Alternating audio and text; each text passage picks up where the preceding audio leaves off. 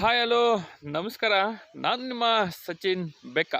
ಸ್ನೇಹಿತರೆ, ನಾನು ನಿಮಗೆ ಈ ವಿಡಿಯೋದಲ್ಲಿ ಒಂದು ವಿಶೇಷವಾಗಿರ್ತಕ್ಕಂತಹ ನಂದಿ ಶಿಲ್ಪದ ಬಗ್ಗೆ ನಾನು ನಿಮಗೆ ಮಾಹಿತಿಯನ್ನು ಕೊಡ್ತೇನೆ. ಅದು ವಿಶೇಷವಾಗಿದೆ. ಅದು ಬೆಕ್ಕ ಗ್ರಾಮದಲ್ಲಿರ್ತಕ್ಕಂತಹ ಒಂದು ವಿಶೇಷವಾಗಿರ್ತಕ್ಕಂತಹ ನಂದಿ ಶಿಲ್ಪ. ಅದೇನು ಅಂತ ನಾನು ನಿಮಗೆ ಕೆಳಗಡೆ ತೋರಿಸ್ತೇನೆ ಸ್ನೇಹಿತರೆ. ಈಗ ನಿಮಗೆ ಕಾಣ್ತಾ ಇರ್ತಕ್ಕಂಥದ್ದೇ ಬೆಕ್ಕದ ಕೆರೆ. ಇದನ್ನು ಶಾಸನದಲ್ಲಿ ಸಿಂಗ ಸಮುದ್ರ ಅಂತ ಕರೆದಿದ್ದಾರೆ. ಸುಮಾರು 75 ಎಕರೆ ಇರ್ತಕ್ಕಂಥದ್ದು. ಇಲ್ಲಿ ನೋಡಿ, ಅಲ್ಲಿ ಭಾಗದಲ್ಲಿ ಬೆಳಗೊಳದ ಬೆಟ್ಟ ಕಾಣ್ತಾ ಇದೆ. ಈ ಬೆಳಗೊಳದ ಒಂದು ಪರಿಸರ ಗ್ರಾಮ ಬೆಕ್ಕವು ಕೂಡ ಒಂದು. ಬೆಕ್ಕಕ್ಕೂ ಐತಿಹಾಸಿಕವಾಗಿರ್ತಕ್ಕಂತಹ ಒಂದು ಹಿನ್ನೆಲೆ ಇದೆ. ಬೆಕ್ಕದ ಕೆರೆಯ ಮಧ್ಯಭಾಗದಲ್ಲಿ ಇರತಕ್ಕಂತಹ ಒಂದು ಶಾಸನವಿರ್ತಕ್ಕಂತಹ ಶಿವನಂದಿ. ಈ ನಂದಿಯ ವಿಶೇಷತೆಯನ್ನು ಹೇಳ್ತೇನೆ. ಇಲ್ಲಿ ಶಾಸನ ಇದೆ. ಇದು 11 ಸಾಲುಗಳನ್ನು ಒಳಗೊಂಡಿರ್ತಕ್ಕಂತಹ ಶಾಸನ. ಹೊಯ್ಸಳರ ದೊರೆ 2ನೇ ವೀರಬಲ್ಲಾಳನ ಕಾಲದಲ್ಲಿ ಹಾಕಿಸಿರ್ತಕ್ಕಂಥದ್ದು ಈ ಶಾಸನ.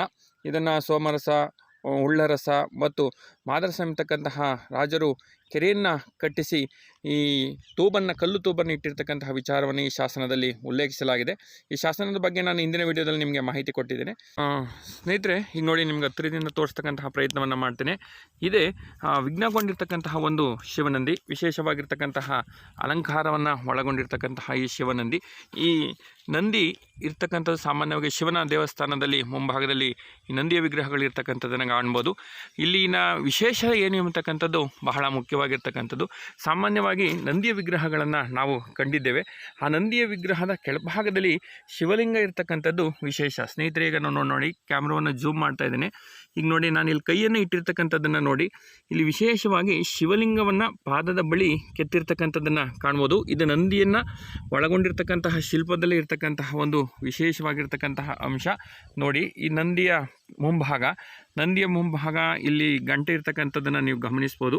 ಈ ಗಂಟೆಯ ಕೆಳಭಾಗದಲ್ಲಿ ನೋಡಿ, ಇದು ಶಿವಲಿಂಗದ ಭಾಗ. ಇದು ಪೀಠ ಅಂತ ಏನು ಕರಿತೀವಿ, ಅದು ಸೋಮಸೂತ್ರ ಅಂತ ಏನು ಕರಿತೀವಿ, ಅದು ಈ ರೀತಿಯಾಗಿರ್ತಕ್ಕಂತಹ ಒಂದು ವಿಶೇಷವಾಗಿರ್ತಕ್ಕಂತಹ ಒಂದು ಶಿವನಂದಿ ಬೆಕ್ಕ ಗ್ರಾಮದ ಕೆರೆಯ ಶಾಸನದ ಮೇಲಿರ್ತಕ್ಕಂಥದ್ದು ಒಂದು ವಿಶೇಷ. ನೋಡಿ, ಕೂತಿರ್ತಕ್ಕಂತಹ ಪೊಸಿಷನ್ನಲ್ಲಿ ಈ ಕಾಲಲ್ಲೂ ಇದೆ. ಇದು 2 ಕಾಲು ನೋಡಿ. ಆ ಭಾಗದಿಂದ ಬಂದಿರತಕ್ಕಂತಹ ಕಾಲಿನ ಭಾಗದಲ್ಲಿ ಏನಿದೆ ನೋಡಿ, ಇಲ್ಲಿ ನೀಟಾಗಿ ಕಾಣ್ತಾ ಇದೆ. ಕಾಲನ್ನು ಮಡಿಸಿರ್ತಕ್ಕಂತಹ ಆ ಭಾಗದಿಂದ ಮಡಿಸಿರ್ತಕ್ಕಂಥದ್ದನ್ನು ಈ ಭಾಗದಲ್ಲಿ ತೋರಿಸ್ತಕ್ಕಂತಹ ಪ್ರಯತ್ನವನ್ನು ಕೂಡ ನೀಟಾಗಿ ಇಲ್ಲಿ ಮಾಡಲಾಗಿದೆ. ಕತ್ತು ಮುಂಭಾಗದಲ್ಲಿ ಕೆಳಭಾಗದಲ್ಲಿ ಕೆತ್ತನೆಗಳನ್ನು ಒಳಗೊಂಡಿರ್ತಕ್ಕಂಥದ್ದು. ಸರಪಳಿಯ ರೀತಿಯಲ್ಲಿ ಈ ರೀತಿಯಾಗಿರ್ತಕ್ಕಂತಹ ಸುಂದರವಾಗಿರ್ತಕ್ಕಂತಹ ಕೆತ್ತನೆಗಳನ್ನು ಸಹ ನಾವು ಕಾಣ್ಬೋದು. ಈ 2ನೇ ಹಂತದಲ್ಲಿ ನೋಡಿ, ಗಂಟೆಯ ರೀತಿಯಲ್ಲಿ ಇಲ್ಲಿ ಕೆತ್ತನೆಗಳನ್ನು ಮಾಡಿದ್ದಾರೆ. ಈ ಮುಖ್ಯ ಗಂಟೆ ಇಲ್ಲಿ ನೋಡಿ ನಿಮಗೆ ಕಾಣ್ತಾ ಇರ್ತಕ್ಕಂಥದ್ದು. ಇದರ ಭಾಗದಲ್ಲಿ ನೋಡಿ, ಈಗ ನೆಂದಿರ್ತಕ್ಕಂತಹ ರೀತಿಯಲ್ಲಿ ನೀರು ಹಾಕಿದ್ದೀನಿ. ಇದನ್ನೇ ಶಿವಲಿಂಗ ನೋಡಿ ಇಲ್ಲಿ ಕಾಣ್ತಾ ಇದೆ. ಇದು ಶಿವನ ಮೇಲ್ಪೋಷನ್ ಅಂತ ಏನು ಕರಿತೀವಿ. ಇದು ಸೋಮಸೂತ್ರ ನೀರು ಹೋಗ್ತಕ್ಕಂತಹ ರೀತಿಯಲ್ಲಿ ಇರ್ತಕ್ಕಂಥದ್ದು. ಇದು ಈ ರೀತಿಯಾಗಿರ್ತಕ್ಕಂತಹ ಒಂದು ವಿಶೇಷವಾಗಿರ್ತಕ್ಕಂತಹ ಶಿವನಂದಿ ನಮಗೆ ಸಿಗ್ತಕ್ಕಂಥದ್ದು ಬೆಕ್ಕ ಗ್ರಾಮದಲ್ಲಿ. ಇಂತಹ ಒಂದು ವಿಶೇಷವಾಗಿರ್ತಕ್ಕಂತಹ ಶಿವನಂದಿಯನ್ನು ಉಳಿಸ್ಕೊಂಡು ಹೋಗಬೇಕಾಗಿರ್ತಕ್ಕಂಥದ್ದು ನಿಮ್ಮೆಲ್ಲರ ಕರ್ತವ್ಯ. ಸ್ನೇಹಿತರೆ, ಇವತ್ತು ವಿಡಿಯೋ ಮಾಡೋದಕ್ಕೆ ಯಾರೂ ಇರಲಿಲ್ಲ. ಮಾಡಲೇಬೇಕಾಗಿತ್ತು. ಮಾಡಬೇಕು ಅಂತ ಅಂದ್ಕೊಂಡು ಈ ವಿಡಿಯೋವನ್ನು ನಾನೇ ಹಿಡ್ಕೊಂಡು ಎಡಿಟ್ ಮಾಡಿಕೊಂಡು ಮಾಡ್ತಾಯಿದ್ದೇನೆ.